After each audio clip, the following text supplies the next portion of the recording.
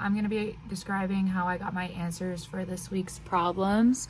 So for part one, my null hypothesis was that the hours per day of positive active attention given to children before the age of 7 does not affect their mental health in later years. And then for my first alternate hypothesis, I put the hours per day of positive active attention given to children before the age of 7 will affect their mental health in later years in a positive way. For my second alternative hypothesis, I put the hours per day of positive active attention given to children before the age of 7 will affect their mental health in later years in a negative way. And for my third one, I put the hours per day of positive active attention given to children before the age of 7 will affect their mental health in later years in some way. We just don't know what way. And then for 5, for part A one-tailed test scenario is appropriate when an alternative or research hypothesis is directional in nature. And for B, I put a type 2 error involves failing to reject a null hypothesis when it is false.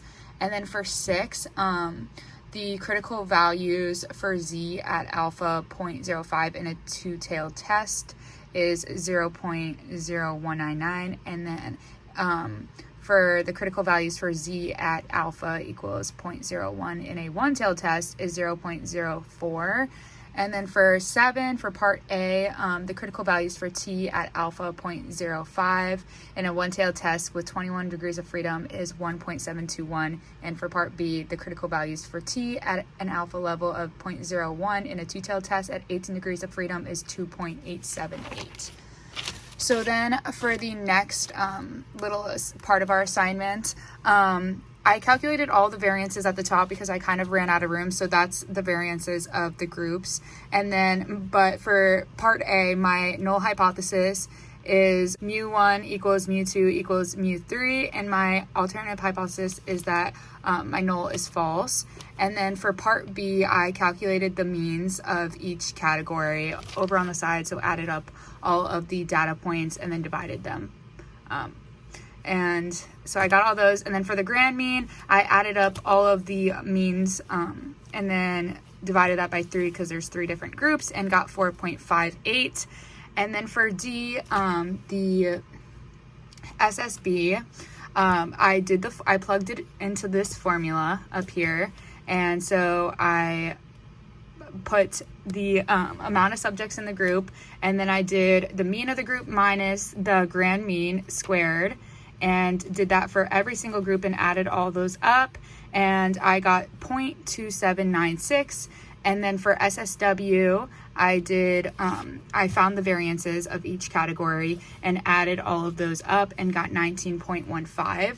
And then for the degrees of freedom between, I did the number of groups minus 1 equals 3. Well, it's 3 minus 1 because there's 3 groups, and that would be 2. And then for the degrees of freedom within, it's the number of subjects minus the number of groups. And then I also did the other way, but it would be 14 minus 3 equals 11.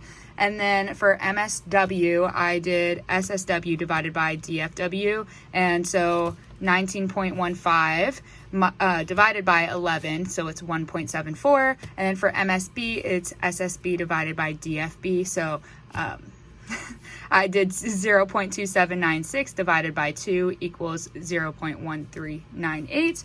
And then for my F value, I divided MSB by MSW and got 0.08. So I went into the appendix in the back of the book and used the degrees of freedom between and the degrees of freedom within to get the critical value of 3.98. So we failed to reject the null since the F value is not greater than the critical value, and therefore there is not a significant difference in the levels of absenteeism of workers in 3 different work environments.